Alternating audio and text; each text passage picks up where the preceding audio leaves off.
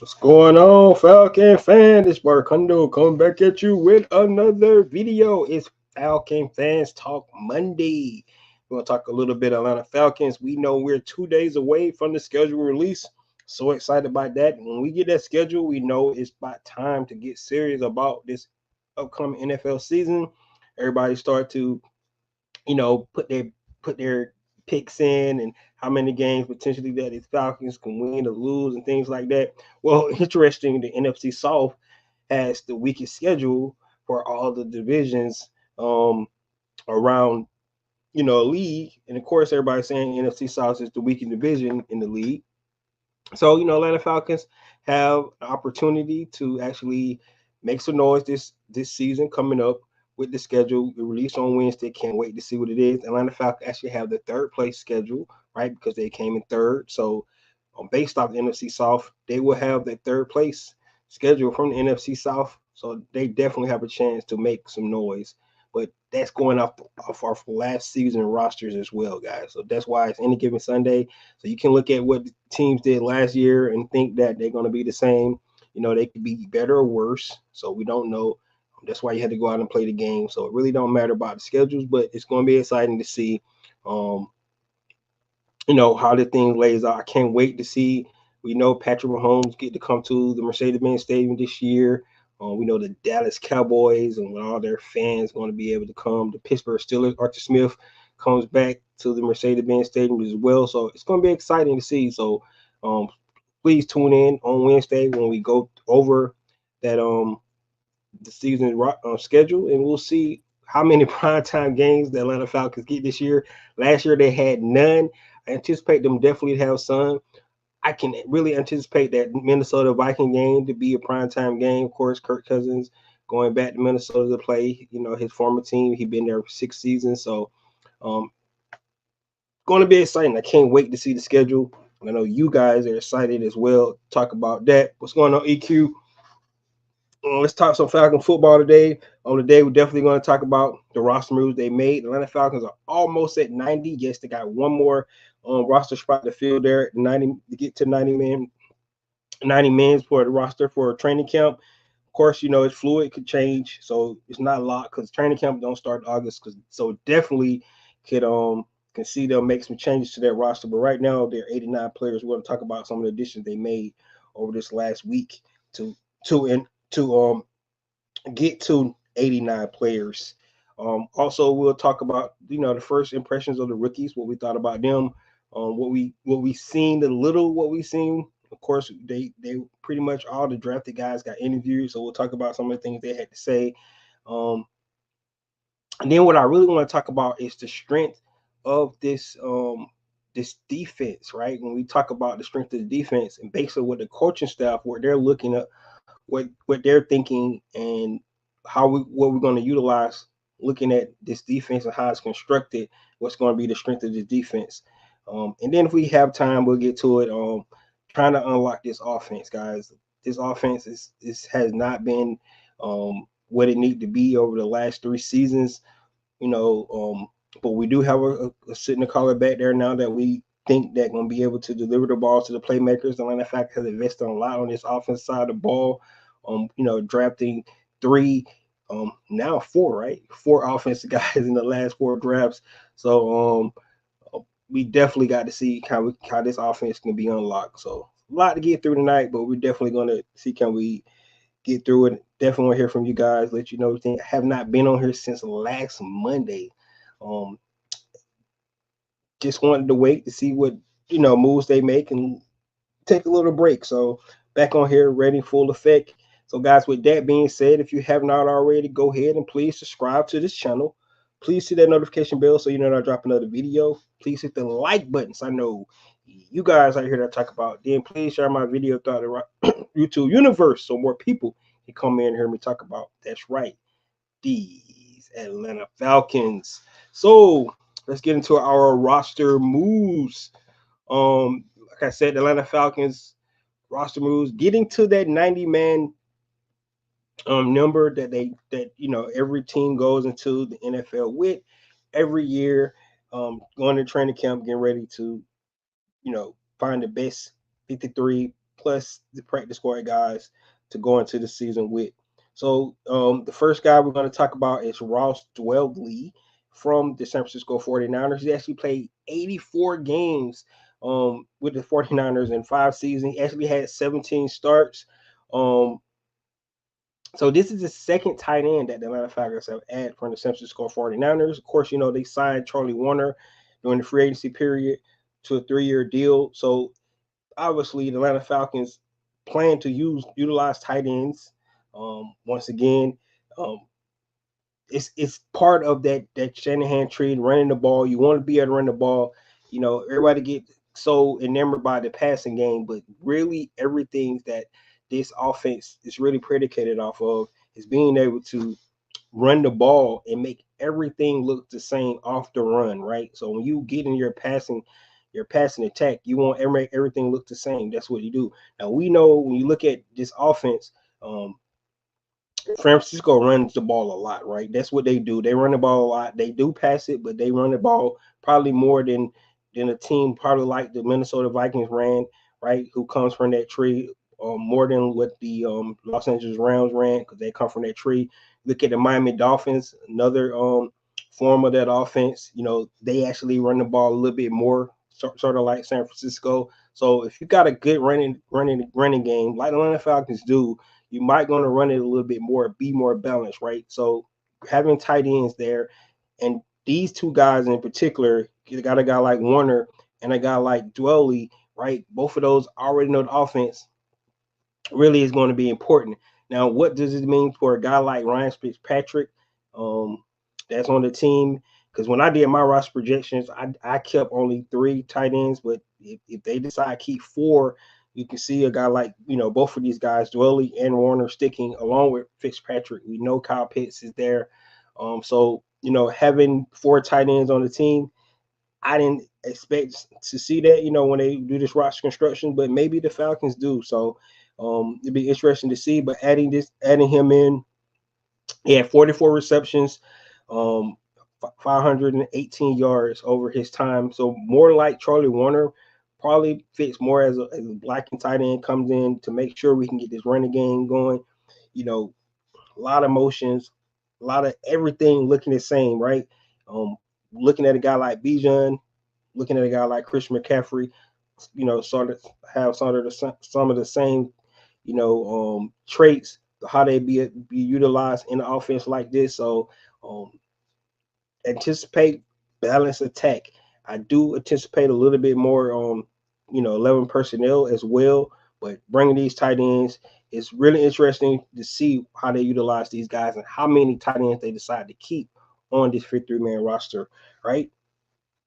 So that brings us up to all the tight ends they got on the roster right now. We talked about Kyle Pitts, Warner, Dwelley, Tucker Fisk is still on this team as well, and they brought in an undrafted tight end as well as Austin Stronger, right? So that's actually 6 tight ends they have on the roster right now going into the training camp. So it's going to be interesting to see what they think. Michael says he thinks it's going to be Fitz versus Stogger for a tight end 3. Yeah, you probably could be correct on that. We'll see. This is just a camp body they bringing in. But we do know that you bring in a guy like Dwelley, somebody along with Warner, right? Somebody that understands the offense, know what the coaching staff is actually looking for, how they want these guys to to go about their business. The other guy they brought in along with Dwelley was Dylan Drummond, wide receiver. Played 1 game with the the Detroit Lions last year. Just bringing another receiver. We know about all the receivers they got on the roster. This guy come in and see can he make his way into to at least get on the practice squad. Drummond coming in, right? So, and then they also signed 2 more guys doing rookie minicamp that they had. They had some guys come in and try out. One guy that Raheem Morris mentioned a couple of times was Bradley Anai, a guy that was drafted in 2020 by the Dallas Cowboys. Defensive end, had a really good college career at the University of Utah, but never could really, find his foot in the NFL. only has 56 snaps in the NFL so far. Spent 2 seasons with the Dallas Cowboys, never could really go on the field. And then he spent the last 2 seasons with the New York Jets. So maybe, if they can unlock something in this guy, maybe he fit into what Raheem Morris' vision, what he want to be able to utilize him for. But anyway, bringing in another pass rusher is not a bad thing because you want to be able to find that. Maybe this is the team to unlock a guy, make some of the things he did in the University of Utah, shows up in the NFL, show some flashes. Um, just could not find, his niche with the last 2 teams he's been on. But bringing a guy like Bradley Anai is a good veteran to bring in to go alongside the other guys that we got there because we still are trying to find that pass rush from the outside, correct? And then the last guy we're going to talk about is defensive back Dane Kusashenk. Hope I'm pronouncing that correct. But a guy who's coming from the Tennessee Titans, a veteran guy, he's 29-year-old, bringing in a safety. We know we need some defensive back veteran, back there in the back because the only guy we got back there is Jesse Bates.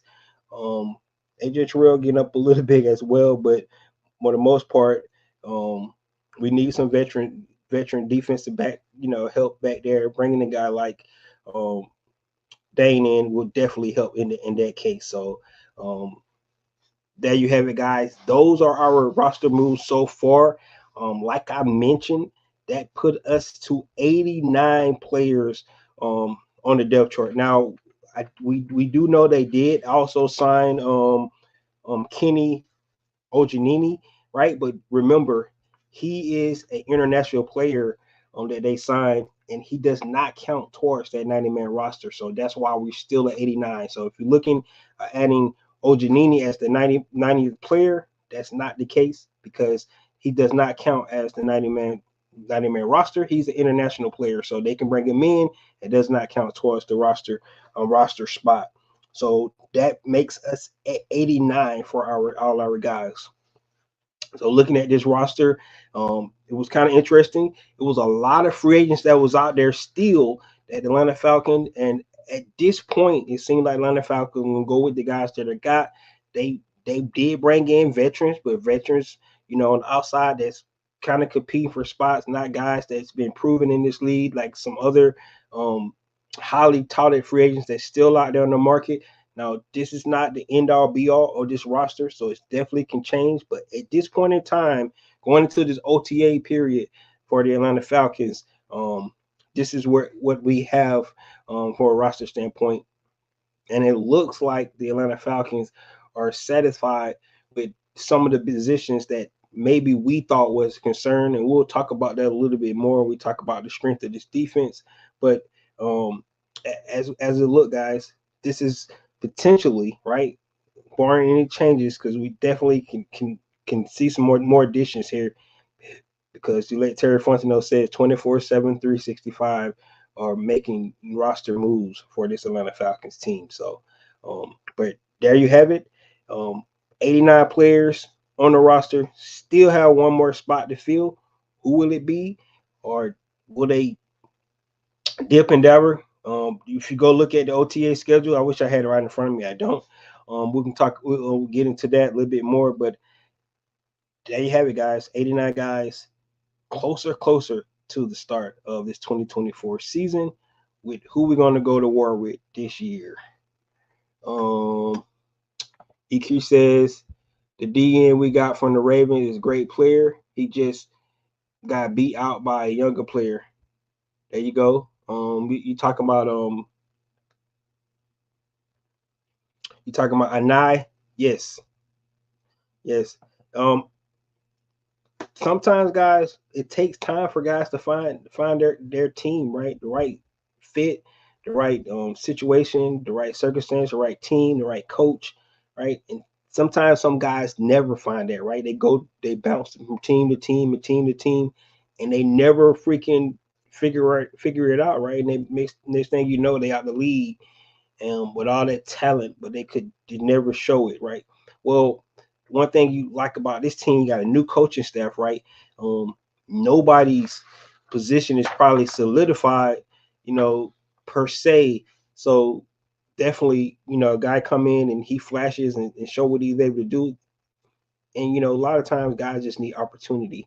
And if a guy comes in and get opportunity, maybe the Atlanta Falcons see what they want. I mean, definitely can see him compete with a guy like D'Angelo Malone, right? Because we don't know what to expect for him either, right? I know he's one of our rookies, but maybe a Nye can beat out a guy like D'Angelo Malone. We do not know, right? This is a new coaching staff, right? Nobody has invested in these guys, so it's going to be competition, especially in some of those positions where we need to find. Hopefully, we find somebody that can take the next step from the proverbial year one to year two to year three jumps that we look for when we talk about these guys, right? So that's what I'm talking about when I talk about a guy like Brandy and I, guy like Dane Cruikshank, right?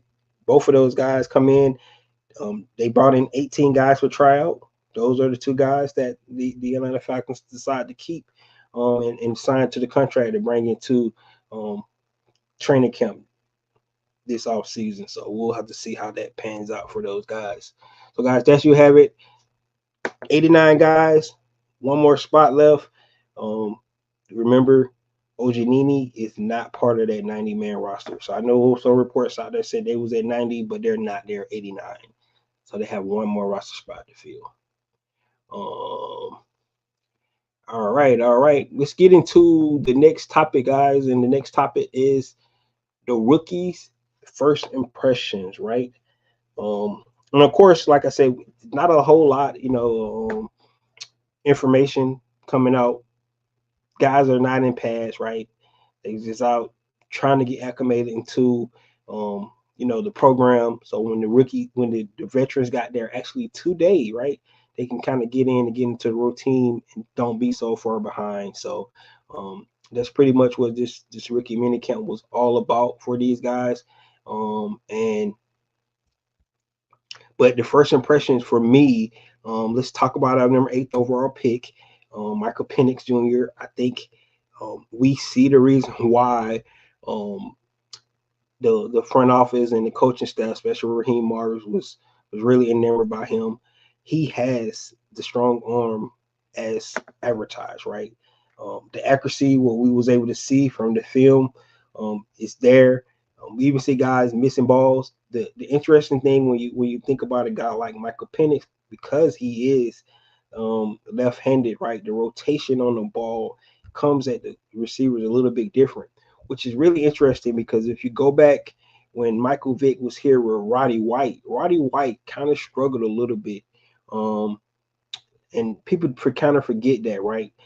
Roddy White didn't really hit his stride till Matt Ryan, took over the team, and then Roddy White started to be the Roddy White that we know.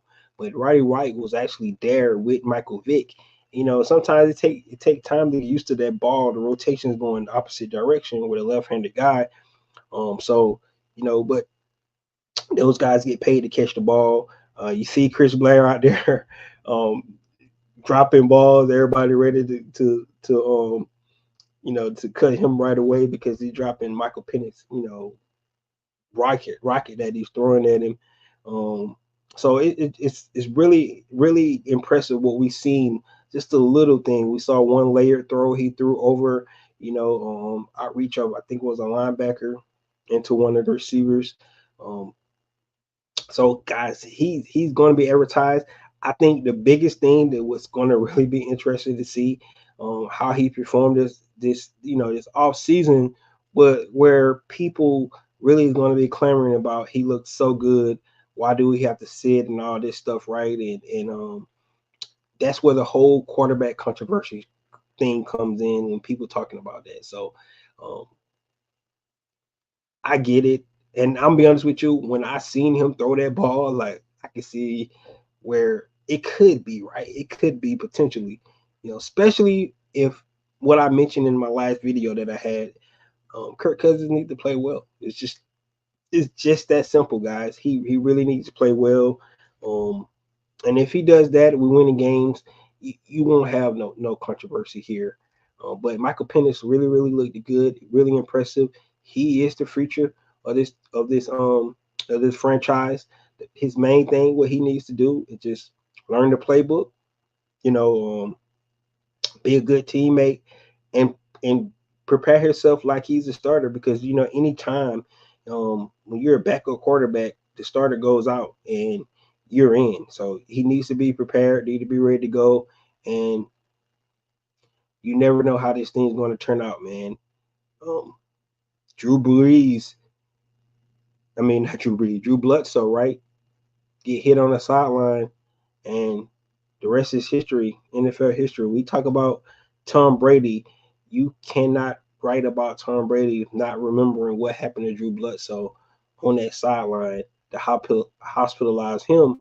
And from that point on, that's when the legend of Tom Brady started. So um, it is football. We know injuries always happen. So Michael Penix need to prepare himself. That's not the plan. The plan for him to sit, and I anticipate Kirk Cousins to play well. The snippets out there as well as him throwing the rock, he looks really good. Dropping back on that repair Achilles. Of course, there's no live action right now, but it's still just May as well. So we still got a couple of months before we get to August. So his mission was to be back by the start of training camp, and it seemed like he's on the right trajectory to be there. And I can almost guarantee you now, um, I think he's going to do it, because what Kirk Cousins does not want to have Michael Penix go out there and look good to start putting doubt in people's minds. I'm just telling you that right now. That's not what you want, because if that happens, man, I mean that arm is live. It's a big arm. You can see it. The accuracy was there. Yes, it's just 707. It's no pads, nobody putting pressure on his face. But from what we've seen, I like what I seen, and the ideal of him sitting back and learning this offense, it makes me even feel better about the whole situation, because by the time he comes out, he will know, what he's doing. Of course, live snaps, you cannot, you know, you have to get out on the field and play games. I understand that. But when you get out there, you understand what you're looking at, what you see. He can learn from a pro like Kirk Cousins. So it's a good situation to have. But for Michael Penix Jr., what I seen, I really like the first impression, what we've seen so far. We heard a story about, he got guys out there on Thursday night to walk through the playbook, right? Because he got it a little earlier. He knew some guys might not, be caught up to speed. So, he sent a text, and everybody sees already showing his leadership. Good things for a franchise quarterback and a young guy who knows, right, at this point that, he won't be seeing the field anytime soon. So let's see what he do. If you say you hope so. Uh, so that's Michael Penix Jr. We talk about our three defensive linemen that we heard from: Brendan Dorless, Rook Aurora, and Zion Lowe. All three of those guys seem like they, coming together, have a good bond. It's going to be really interesting to see how those guys start to fit. I can definitely see Rook and Brendan having a big role into the rotation really early on this season, adding to that deep rotation defensive line that the Atlanta Falcons have. Both of those guys already shows some skill sets. What I like about Brandon Dorless, because a lot of people feel like he's just a pass rusher. He has the mindset that he can play the run as well. He's definitely going to be able to showcase that in training camp, right? And then this off season to show what he's able to do, not just being one of those designated pass rushers, from an interior standpoint. But what you want to create, for guys with those rookies, to learn from guys like Grady, learn from guys like David Yada, right? And when those guys go out the game, you don't have a big drop off. I thought a lot of times last year when Grady and David went out the game, teams started to run the ball a little bit better on our team, right? You can see that. Again, of course, our big guns come back in the red zone and we stiffen back up. But what you want to be able to create is you don't see that much of a drop off when our main guys go out. That's right there when you create that dominant um, defensive line that I think Raheem Morris, his vision was what he was thinking about, right? Now, he's probably thinking about the future too, you know, with Grady and David getting up in age, but you got a guy like Rook that can learn from both of those guys. You got a guy like Brendan who can learn from those guys. And then Zion Lowe, who's probably one of the biggest dudes on the team right now, right? Sitting at 6'6", 314, 310, something like that, right? All the reps he had at University of Georgia playing with a guy like Jalen Carter, right? Playing like a good guy like Jordan Davis, waiting his turn, getting a lot of reps, playing on two national championship teams. He's been coached well. A guy that also I believe can play different positions in this Atlanta Falcons defense as well. So those three guys, you like what you heard from them. You hear that they really can't wait to get with the vets to learn the ropes, and I think they got two great guys to learn for, especially in the middle there. Braylon Trice, you can hear the seriousness in his voice, ready to get out and attack, right? Show his worth, show what he's capable of doing. I think he might be one of the steals in the draft if he could kind of you know translate some of the things he did at the University of Washington. I really like what I seen in him. The pressures that he was able to create at the University of Washington. He doesn't have, that dominant pass rusher to learn from, but that's why you get here to coach these guys up. I think the biggest thing about this coaching staff is I think they feel that they have the ability to coach these young guys to their potentials, right? And that sometimes when you look at NFL teams, you see where that kind of lost when it comes to coaching, right? Guys look at guys in the pros and they were like, you just need to do what you did in the pros. In the college, and that's not the case. That's definitely not the case. The game is so different. You hear a lot of players. You heard, I think, Brendan Dorless, and you heard Ruka Roro said a lot of things that they was taught in college. It's not what they're being taught now, right? So it's different, right? They're being taught a different way. Because guess what? These offensive linemen in the pros are really good, right? And some of the things that you utilize in college, to get out blocks and penetrate, it's not going to work in the pros. So they're teaching you the game at a different level, at a different standard, and that's a good thing, right? Coaching matters. People don't think it does, but it does, and we're going to see, how good this coaching staff is. Coaching a guy like Brendan Dorless and Ruka Roru up to get up the par so they can be able to contribute this season.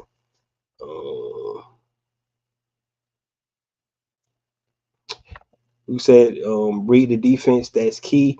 Are you talking about Penix? Yes, that's definitely going to be key. One thing is interesting. Patrick Mahomes said it took him it's to his second season until he really started to read defenses, right? So he was just out there playing, right? But a guy like Penix can actually sit back and learn from Kirk Cousins how to read defenses and things like that. When they go over the game plan, right? Because if Penix going to be the backup, he needs to know the game plan just as good as Kirk Cousins do. Because when he go out there, he can be able to do his thing. He said he has talents 100%. I do agree with you on that. He does have talent. The last guy we're going to talk about from our the last two guys, of course, JD Bertrand, right? Guy they calling Captain America. I think he's going to be one of the coach's favorite, team favorites. his work ethic and everything like that. Of course, he's behind three good linebackers on this team, but his contribution is definitely going to be shown on special teams to start out. And just like last season, unfortunately injury happens. That's where guys step up and get their opportunity. So JD Bertrand is going to be really good for this team. His energy that he's already showing is going to bring a lunch pail to the special teams. That's you need. You need some players like that. And a lot of these young rookies, especially the rookies that get drafted in later rounds, know they're gonna play on special teams. So that is not something new. I guess it's a little thing. You coming from being a captain in college, coming and say all I do is play special teams, but that's the nature of being a pro, right? You have to start over. And, guys like JD Bertrand, guys like Michael Penix, right? They're going to see that firsthand, being a great teammate and learning the game, right? When the opportunity comes, you got to seize the opportunity. That's what it's all about, right? And then the last guy we'll talk about is Casey Washington. Really good out there. Big guy, as we expected. Great hands from the little highlights that we've seen. Um, Opportunity, you never know, right, what his role could be. Could he be the next Puka Nakua, right? Could he be the next Cooper Cup? We have no idea, right? And I'm just using those guys because they was in the Rams offense last year. But you find guys in later rounds that become household names, after a couple of years. So that's what you're hoping, right? You always hope you can find that diamond in the rough. So let's see, can the Atlanta Falcons find one of those guys here with this draft class and other draft class? Let's hope a guy like Troy Anderson can finally stay healthy and put it all together this year, right? From what we thought his ceiling could be, as that middle linebacker, right? So let's see if DeMarco Hellams um, can be better than the 7th round pick he was. He really showed flashes last year. And if you looked at the 7-on-7 a day, the little snippet they had with Kirk Cousins throwing the ball to Drake London, the two safeties on the field at the time was actually DeMarco Hellams and Jesse Bates, right? Um, so Richard Grant was not in that lineup. No, I don't know what that means, but that was the starting front, when they were doing 7-on-7. Of course, Troy Anderson's not there as well with Kay Nellis, not Nate Landman. So we'll have to see how the 7-7 look like, going into training camp. But right now, and also at cornerback, it was Mike Hughes and D. Offer um, out there with AJ Terrell. So look like Mike Hughes going to be playing some outside corner, and D. Offer probably is going to still be at that nickel, which means Clark Phillips is the one that's on the outside looking in. So looks like Mike Hughes might be cornerback 2 right now. So that's what little snippet. Like I said, you got to get what you get information you can get from the little small videos that we've seen. I think we will hear from some of the coaches and players tomorrow during the interview period. So we'll try to get a little bit more information coming from them what we've seen. But for the little snippets you've seen, guys, I like what I've seen so far. I'm getting excited. Kirk Cousins looked really good dropping back on that repaired Achilles. I like the connections that I already seen with Darnell Mooney, Drake London. Um, haven't seen any connection with Kyle Pitts yet, but I'm pretty sure um, um, he has been connected with Kyle Pitts as well. We just haven't seen in the highlights of it. Um, so guys, that's my first impression. Not a whole lot because we didn't get. Just go back if you haven't listened to their interviews. Please go back and do that. But hopefully we get to start to see more information when it gets closer to later in this offseason program. And we start to see a little bit more highlights of what these guys are going to start to look like and things they'll be able to do. So the next topic, guys, what I wanted to talk about today was the strength of this defense, right? And when I think about it, you kind of look at the moves that was made this offseason, right? And what the coaching staff obviously thought about the team that they already had in place, right? Because it's obvious of the moves that they made. Now you can say they made what only moves they could have made because of salary cap issues and things like that. And I would say no, because if they really felt strong about some of the positions that they needed to really add, they had opportunities to do that because they could make cap space easily to bring in. We talked about some of the free agents that's still out there that's really got a lot of time in this league that could potentially definitely help this Atlanta Falcons team. But if you're looking at the moves that they made, they decide not to make moves, particularly in the secondary, right? When we talk about the secondary, I just mentioned the guys like Mike Hughes, the offer. Of course, we still have Clark Phillips here.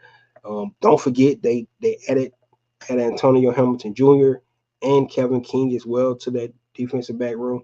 And we don't know, how these guys are going to pan out, but from the outside looking in, it feels like to me that the coaching staff is really comfortable with the guys that they already have on the roster. Right now, doesn't mean they're not going to add anybody in the future. We know they already got 89 guys, so they could still add one more body here, or they could cut somebody and bring somebody else in. But at this point in time, it seems like, in my opinion, that the Atlanta Falcons are really satisfied with the people they have in the secondary. Right now, as fans, right, we kind of are we really cool with that? We're going to find out. We're definitely going to find out, right? Um, it's a mixture of veteran guys, right? You still got Natron Brooks here. Like I said, you got Clark Phillips, who showed flashes last year. Mike Hughes, who was drafted, in the first round of the draft. We'll see, can he live up to some of his potential, right? D. Alford played really good, solid slot corner for us his first season. Kind of got replaced a little bit last year with Michael Hughes, right? So we'll see if he can live up to it. Kevin King, a guy who has not been healthy in the last two seasons, so we don't know what to expect from him. But if he can get back to himself, definitely be a good solid depth corner for us. And then Antonio Hamilton Jr. has started games, so he has that experience that definitely, if they want to say, could be that cornerback too. Now, when you're looking at our division, right, it's not necessarily a big issue having a dominant cornerback two out there, right? You just need somebody to play solid, um, and that's what we're looking at. And the reason I think that the Atlanta Falcons are really, looks like they're sliding the secondary per se. In their eyes, they might think they're fine, right? But to our eyes, maybe we think they need to add. But maybe because when I'm saying the strength of the defense, it's the front seven, right? The front seven. We just highlighted the other three rookies they brought in on the defensive line, right? The other edge rusher they brought in and Braden Trice.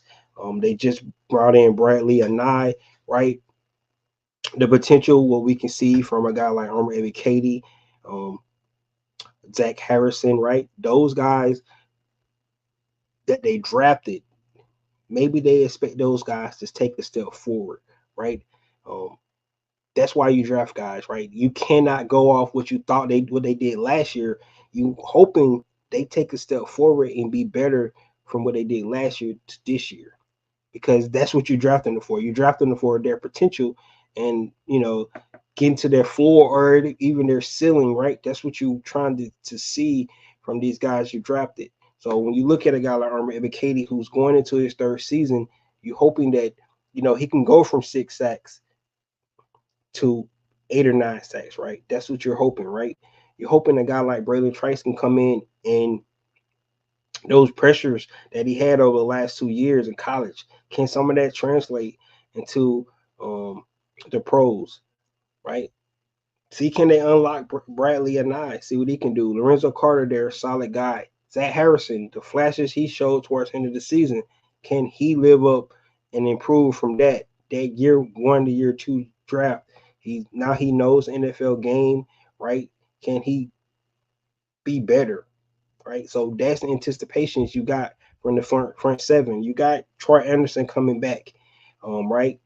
What Nate Landman was able to do last year, 110 tackles, right? Kay Ellis, right? Can you use Kay Ellis the way the New Orleans Aints used him in his first, meaningful snaps he had with those guys, where he had 8 sacks, right? That's what maybe this coaching staff seeing, and right from the strength that they have in the front seven, and saying that we don't might not need as much, great secondary play, right? We just need solid secondary play. We got 2 studs back there that we really believe in, and Jesse Bates and AJ Terrell, right? Um, and then we got some guys that they're not great, but they're solid, right? They might get beat every now and then, but they great tacklers, right? Which is really underrated skill set to have, because you want somebody to be able to get players on the ground. Great tacklers, right? But they're not going to just not like somebody that you can just abuse, right? Now you get to other teams that got those dynamic wide receivers. Yes, you're gonna have issues, you know, um, but hopefully that front seven can live up to it. In my belief, just going over the 53-man roster projection, it was really hard when I looked at the front seven, and that's the outside linebackers, the linebackers, and that defensive front. Um, it's really deep. It's really deep, guys. No, we do not have that one dynamic pass rusher that we've been eluding us for years. But from um, a roster standpoint, getting pressures by committee, and hopefully go back to the coaching, being up to create pressures, right? Which I think Raheem Morris is really good at doing. Um, I think this front seven is really, really the strength of this defense. And I believe that's why when you look at the roster construction of this team, especially where we may think the secondary is a little thin and have some issues there, maybe they see it a whole different way, right? Time will tell. We will definitely see that, you know, if they're right and what we thinking is wrong. But I do believe that if you look at the front seven, the defensive fronts, the outside linebackers, especially our middle linebacker core that we have, I think that is the strength of our defense. And we're going to utilize, the 2 studs that we do have back there, and AJ and Jesse, to bring the other guys along. Um, we know a guy like DeMarco Helms um, is a great box safety. Comes down. They call him the hit man in college for a reason, right? Because he came down to hit guys, right?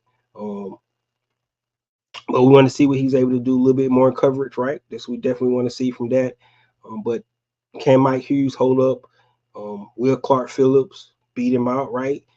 Um, when those veteran guys that we brought in, can they help out a little bit? So that's what I think. But in my opinion, I believe the strength of this defense is that front seven, and I'm definitely interested to see what you guys got to say about that. All right, guys. The last topic I want to talk about today, because I do have time, is unlocking the Atlanta Falcons offense, right? Um, it's been a mystery to unlock this offense for probably the last 3 seasons, right? Especially when you draft, tight end at number 4, right? You come back, you draft your wide receiver 1 at number 8. Then the next season you draft, a lot of people say a generational running back at number 8 as well, and B. John Robinson, right? And with all those pieces, you would think that the Atlanta Falcons had one of the most explosive offenses in the league, right? However, the last 3 seasons, that has not been the case. Now we know the first season we had Matty Ice here, was not a lot of weapons, so we kind of understand that. But guess what? Kyle Pitts had his best season in that first year, right? Kyle Pitts had more yards in the first season than he had in his last 2 seasons combined, right? So the first season somehow Kyle Pitts was able to go off, right? But in that season, we had no running game. We had really only other player that we had was a weapon on that team was Cordell Patterson, right? We know what happened. Calvin Ridley only played 5 games that season, but that season, Kyle Pitts probably had his best season of his career so far, um, and we had no weapons there. So the key in that was we had a quarterback, right? And that's what we're hoping this season, right? So um, the really easy answer to say to unlocking this offense is just put a quarterback back there, company quarterback back behind the center, and it should open up everything that we want to see, right? You have the talent, you have the pieces there. A lot of people always forget about Tyler Algier when you're talking about his offense, but he is the hammer, right? And you're going to utilize him just as much as you should utilize Bijan. I just really believe that. I think you need to use Bijan more because he has the skill set to do some of the things that a guy like Christian McCaffrey is able to do in his offense under Kyle Shanahan, right? A guy like Raheem Mostert was able to do in Miami, right? That's what you want to be able to see, right? But you want to be able to utilize Tyler Algier as well, right?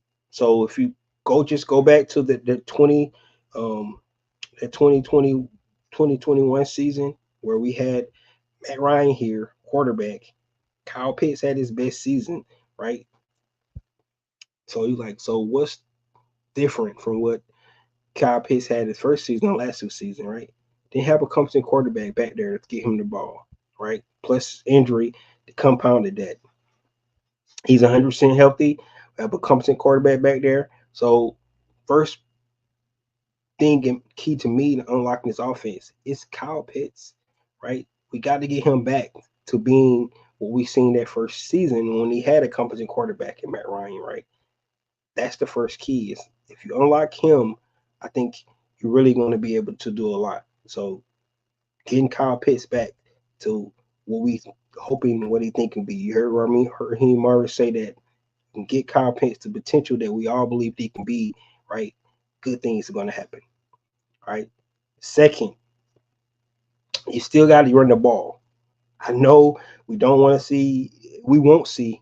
I don't say we don't want to see. We won't see as many as run heavy, um, offenses unless it's working right. I mean, you take what the defense give you. They can't stop the run. Why not run the ball? But however, I think it's going to be a lot really balanced attack. I think it's going to be a little bit more 11 personnel, even though you see all the tight ends they brought in. So probably see a little 12 as well, especially to run the ball. I think one thing we will see, if what you see from a Sean McVay offense is, and from a Kyle Shanahan offense, is when most plays all look alike, right?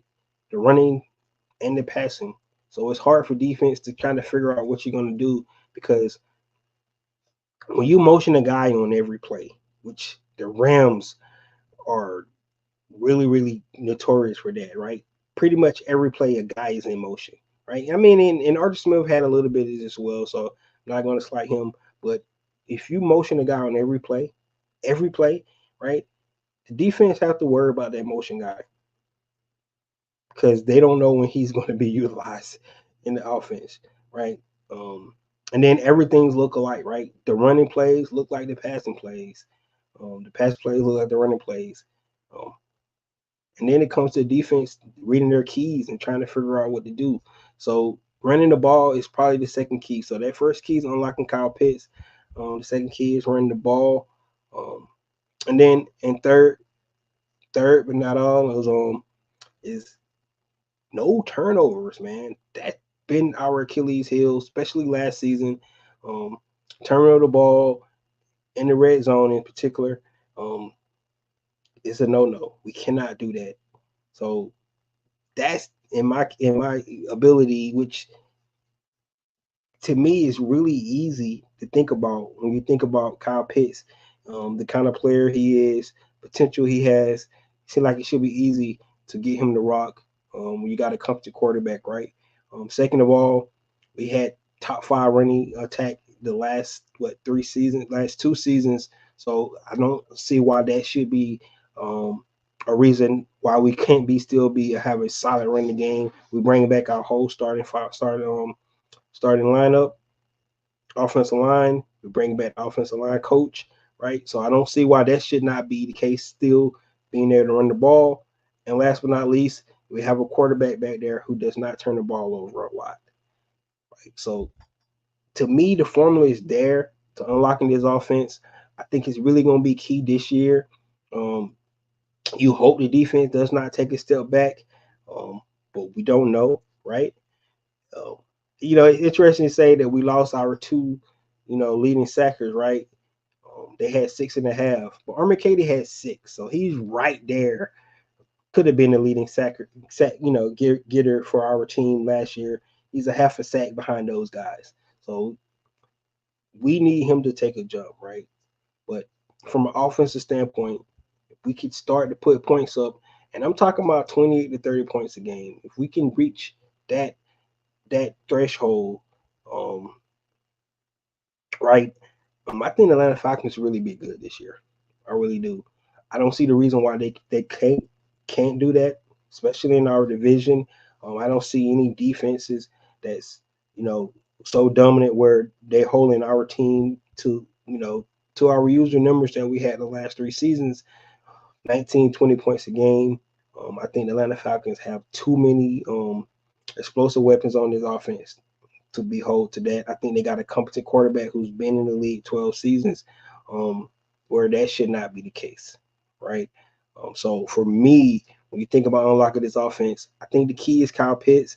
I think Drake London is going to do Drake London because even with the incompetent quarterback play that we had, Drake London was still able to put up his numbers, not to where he could have been.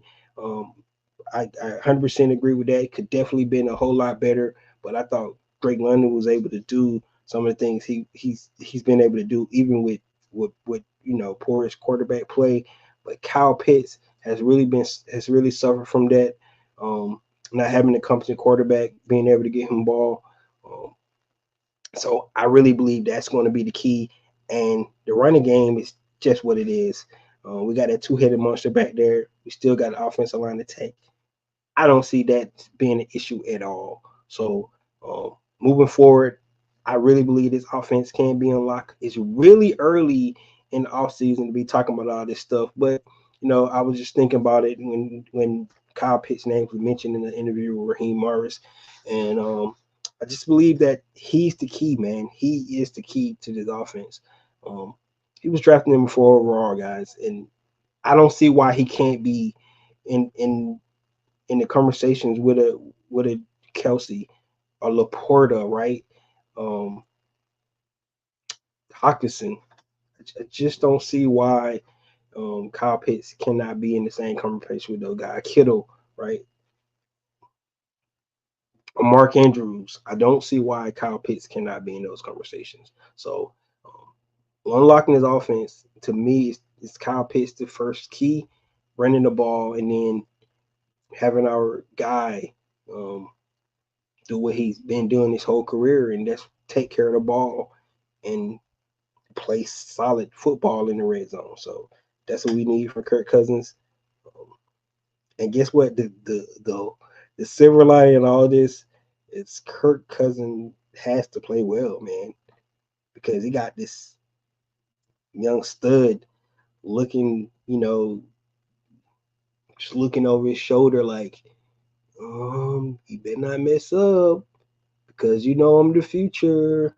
So Kirk Cousins needs to play well, and the money's already there, right? So it's no they got to play him because they paid him $100 million. Well, they drafted a quarterback at number 8. So it don't matter if he makes they was already giving $100 million and they still drafted a quarterback. So if he plays bad, right, you got this young kid behind him. So I really believe Kirk Cousins is gonna ball out this year, man. I really do.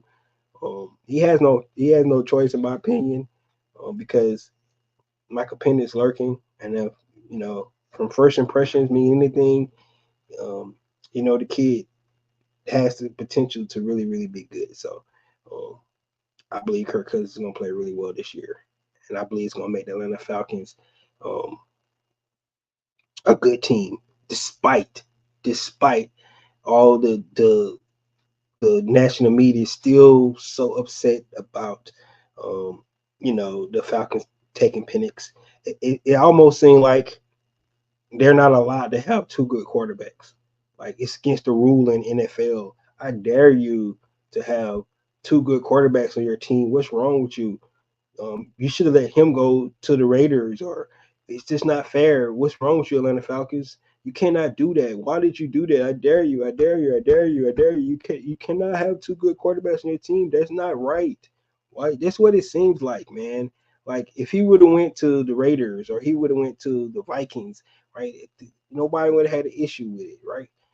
If the Atlanta Falcons would have decided to go with a guy like Gardner Minshew, then drafting Michael Penix, it wouldn't have been a big deal. But since they was able to get Kirk Cousins, right, and they got Michael Penix, I dare you to have two good quarterbacks on your team. It's stupid, man. It's ridiculous, and it's not going to create a quarter. Kirk Cousins, a pro. He know he needs to play well, right? We know he needs to play well, but it's the national media like, I can't believe you got two good quarterbacks. That's going to create. No, it's not. Don't hate. Don't get mad. We got two good quarterbacks, man. It is what it is. We kept quarterbacks from the Saints. We kept them from the Vikings. We got our guys, right? That's what we happy. Don't try to create drama when it ain't no drama, right? You haven't heard anything out of the Atlanta Falcon organization that is some drama besides you guys trying to create drama. Yes, he was upset when they drafted him. Go back and look at the video. I was upset too because I couldn't believe they did it, but they did it. Like, come on, man. It's it's so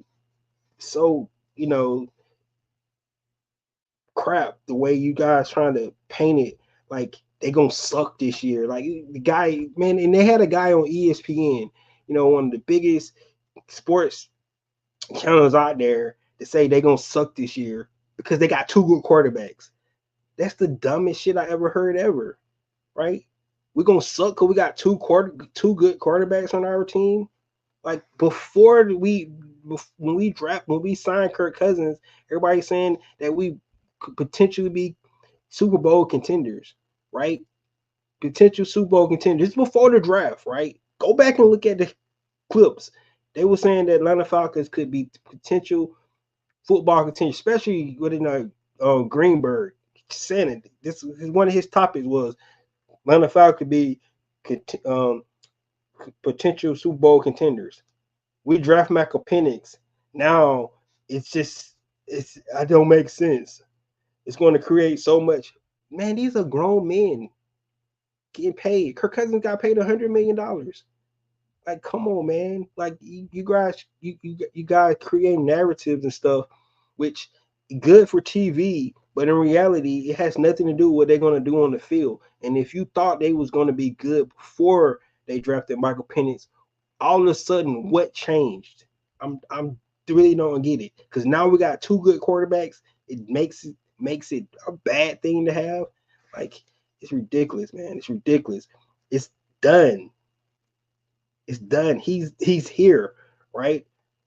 And you won't have to compare him to the Green Bay situation, right? We don't have to compare him to nobody's situation. It's the Atlanta Falcons situations. That's the situation it is, right? We got two good quarterbacks, right? Hopefully one can be the future. That's what we got, right? If he would have went to the Vikings, to the Raiders, you guys, oh my gosh, if think about this. Think about this. If the Vikings would have signed Kirk Cousins, just say the Vikings would have signed Kirk Cousins to a 2-year deal, right? And they drafted Michael Penix, nobody would say nothing. But since the Falcons signed Kirk Cousins, yes, they overpaid for Kirk Cousins. Guess what? They had to because the Minnesota Vikings wanted him, so they overpaid for him. They overpaid for Kirk Cousins. They had to. He wasn't he was the incumbent in Minnesota. They wanted him, so the Falcons had to overbid. That's what they did. It ain't your money. Stop crying about it.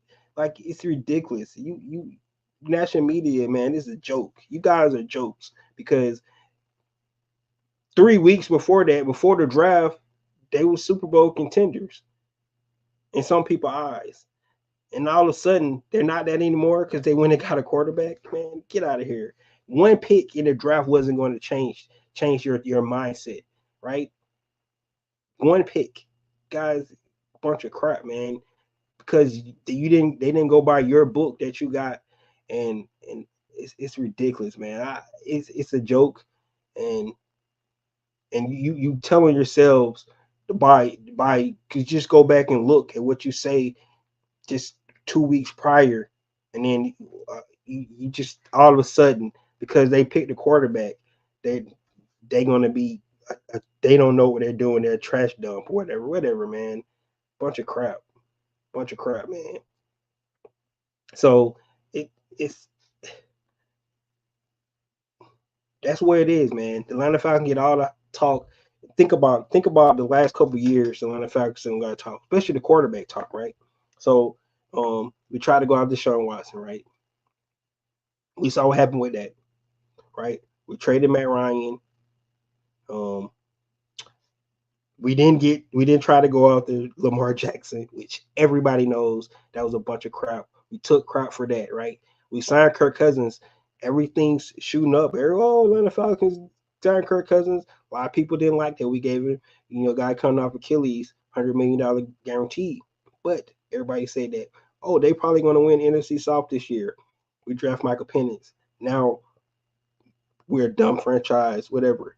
They've been trying to get a quarterback for the last 4 seasons, man. Now they got 2, and you guys are crying about it. Like it's ridiculous, right? I'm getting my soapbox here. I'm sorry, guys, but it's just hilarious to listen to these guys who's supposed to be experts, right? And you have one thought 3 weeks prior, and they make one pick, right?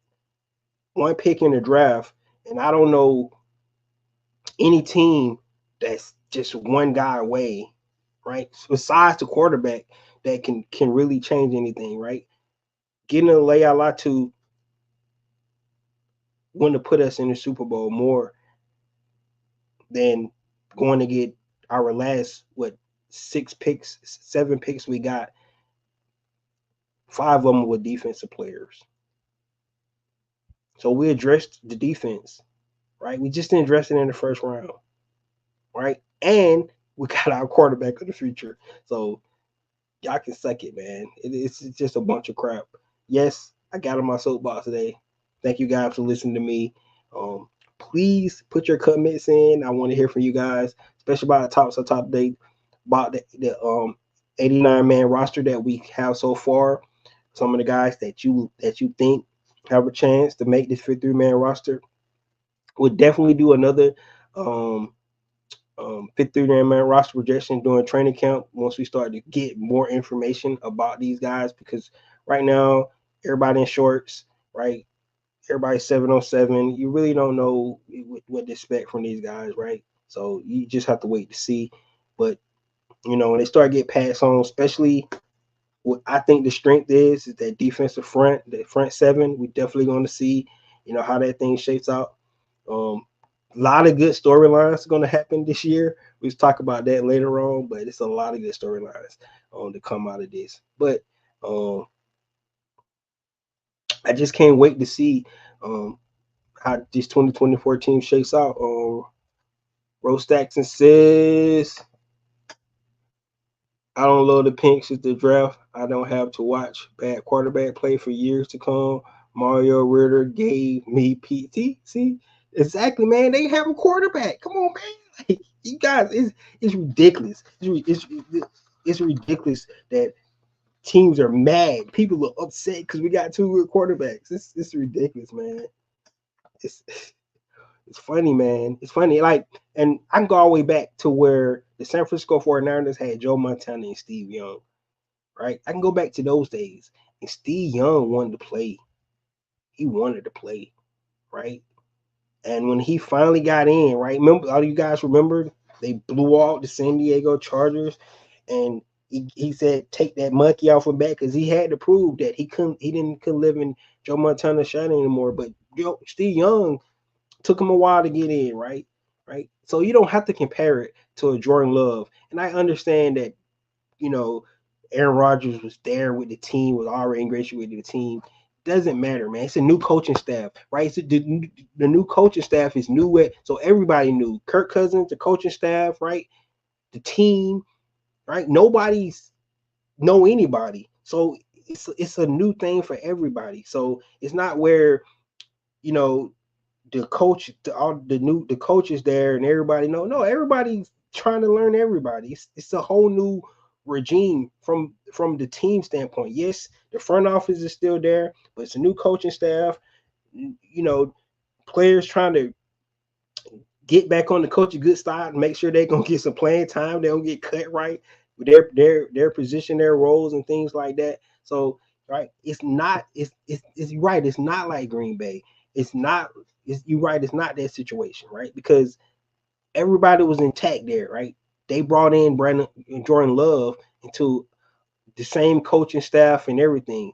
This is a situation because it's a new coaching staff, right? He went and got his quarterback. He got his two quarterbacks, right? That's what I love about it. So it is what it is, man. You guys can talk about it forever, especially the national media, right? You even had a joke about when Atlanta Hawks got the number one pick. Like, well, at least we know they're not taking it. You know, they got jokes about that. At least we know they're not taking a quarterback. We got two, and ain't nothing y'all can do about it. You can cry till the cows come home, and guess what? The Atlanta Falcons still have potential to win NFC South. Yes, with our two quarterbacks. So whatever, man. It's a bunch of crap that it's a narrative, and it's going to stay a narrative for probably the next year or so, right? Until Michael Penix hit the field. Let's just be honest, right? It's probably going to be a narrative. But I'm tell you how you shut them up. And I'm talking to you, Kirk Cousins. Tell you how you shut them up. Go out and ball out, man. If you do that, they have to shut the hell up. That's really what it boils down to. I'm telling you, man, that's the key. Winning cures all. If you go out and win, ask Aaron Rodgers. They drafted Jordan Love. He went 13-4, 2 seasons back to back. That's how you shut everybody up about them going to get a quarterback. That's what you do, man. And if you don't do that, hey, it's a doggy dog world. If you don't go out and perform, it is what it is, man. The fan anticipation should be high on this team. Everybody should be high on this team. The fan anticipation, I can tell you this right now, and I'm glad you said that 3:30. They have no excuse. They have no excuse. And I'm not talking about just because they drafted Michael Penix, right? That doesn't help because you really going to get, they already scrutinize you because you drafted Michael Penix. But if you go out and lay an egg, right? You pay the quarterback $100 million, then you drafted another quarterback, and you still play like shit. Like, man, they have no excuses. Had no excuses. Go back and look at the quote of what Raheem already said. If we had better quarterback play this year, I would not be the head coach on this team. Those are his words. Well, guess what? You should have better quarterback play. No excuses. Third team, you got the third team schedule because you were the third team in the NFC South. So you got a third team schedule. NFC South has the easiest schedule in the league. Atlanta Falcons have no excuses, man. So I can tell you that much. Ain't nobody, and especially us fans, giving you guys a break. So the expectation should be really high. I'm not talking about Super Bowl. But we need to get in the playoffs, man. It's that's where the Atlanta Falcons, your expectations and us as fans, the expectations should be nothing less than the playoff, hosting a playoff game this year. That's what Atlanta Falcons expectations should be. Anything less, man, it's a failure. I'm sorry. So that's my expectations. Um, because I feel we got the team to do it. Um, got the pieces there. You got a quarterback that can deliver. I'm not talking about winning no Super Bowl. That's not what I'm talking about. But Raheem Morris said it best. You get in the playoffs, you don't know what could happen. So that's where he needs to. That's where he needs to lay his head straight up. So yes, that was my expectations as well. It should be high, really high, on what this team can do this year. Yes, yes, and you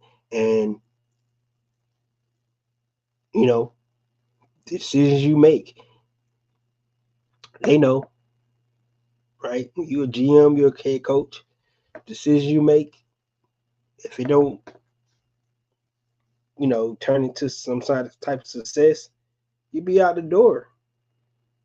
They know that, right? So they don't take these decisions lightly, right? Um, the coach need to coach they buzzed off. Raheem Morris, it's your second chance, bro.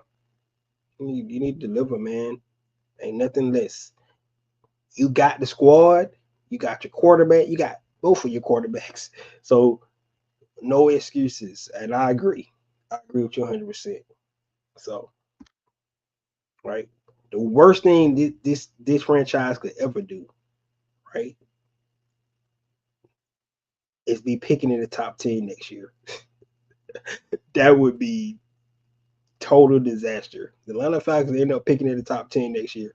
And just say they pick number 8 again, right? That would be the total disaster, man. So yeah, yeah, yeah. So guys, that's all I have tonight.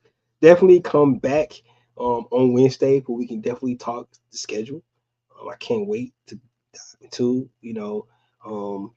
how this going to line up. I can't wait to see when we get to see the Super Bowl champions here, those pesky Cowboys when they come. They fans, the terrible towels. Archie Smith returned to Mercedes-Benz Stadium. With the Pittsburgh Steelers. Can't wait to see that. So it's gonna be an exciting season, guys. We're gonna sit back and wait till this schedule get released on Wednesday. I'll be here to talk to you guys then. That's all I have. You guys, please let me know what you think about the topics I got on tonight. Sorry that I got on my soapbox about this whole Michael Penix thing, but it's irritating. It really is, especially that they don't have nothing else to talk about. But keep litigating this. That's not going to change. It is what it is, man. He's here. He ain't going nowhere. We got 2 quarterbacks that could potentially be starters in NFL. So what?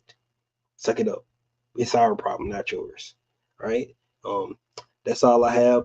This is your boy Ricondo coming back at you with another video. Peace.